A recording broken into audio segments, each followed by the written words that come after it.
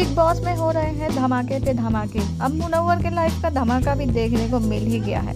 यहाँ बता दें आपको कि यहाँ आयशा आ चुकी हैं अब बिग बॉस में, और अब तूफान लाने वाली हैं मुनव्वर की ज़िंदगी में। जहाँ पर नाजिला ने आते ही कुछ खुलासे किए हैं, वहीं डबल डेटिंग का भी मामला सामने आया है।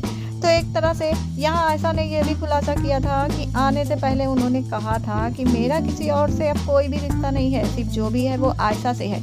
वही नहीं, नाजिला ये भी आयशा ये भी कहती हुई नजर आई है कि आप मुझे शो में याद भी कर रहे थे। आप मेरे पहने हुए ब्रेसलेट को जब देख रहे थे तब मुझे समझ में आ गया कि आप मुझे मिस कर रहे हैं। जिस पर वो बोलते हैं कि नहीं, मैं आपको नहीं याद कर रहा था।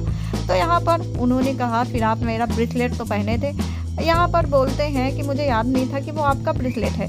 तो ना आयशा कहती अच्छा, तो हाँ आपको तो बहुत लोगों ने ब्रेसलेट दिया होगा, बहुत लड़कियों का ब्रेसलेट है, तो आपको याद नहीं होगा कि किसका है वो। यहाँ पर आयशा ये भी कहती हुई नजर आई कि आपने कहा था जब शो में मैं पहन के ब्रेसलेट को देखूंगा तो इसका मतलब मैं आपको याद कर रहा हूँगा।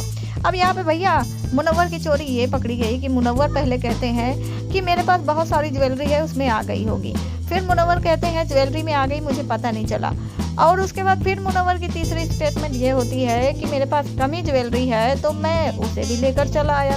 भैया यहाँ मुनव्वर बहुत सारी ज्वेलरी है, मेरे पास कम ज्वेलरी है, मुझे याद नहीं रहा, ज्वेलरी में चला आया। ये सब क्या है मुनव्वर? वेल बता दें कि यहाँ आयशा से कमिटमेंट करके आए थे कि भैया जो भी उनका रिश्ता है बाहर जिसके साथ भी था वो ख़त्म कर चुके थे। अब यहाँ आयशा के साथ आगे बढ़ चुके थे, मगर शो में आने के बाद वो इसका खुलासा नहीं करना चाहते थे। इसी का जिक्र करते हुए नजर आए हैं आयशा से कि मैं नहीं चाहता था कि मैं शो में रह के बताऊं कि मेरा ब्रेकअप हो चुका है। वेल बहुत ही इंटरेस्टिंग खबर चल रही है ये तो भैया। मुनव्वर की लाइफ में अलग ही तरीके का ट्रैक पहुंच चुका है। वेल आपका क्या कहना है मुनव्वर के इस ट्रायंगल को लेकर? अपनी राय कमेंट करके ज़रूर बताइएगा।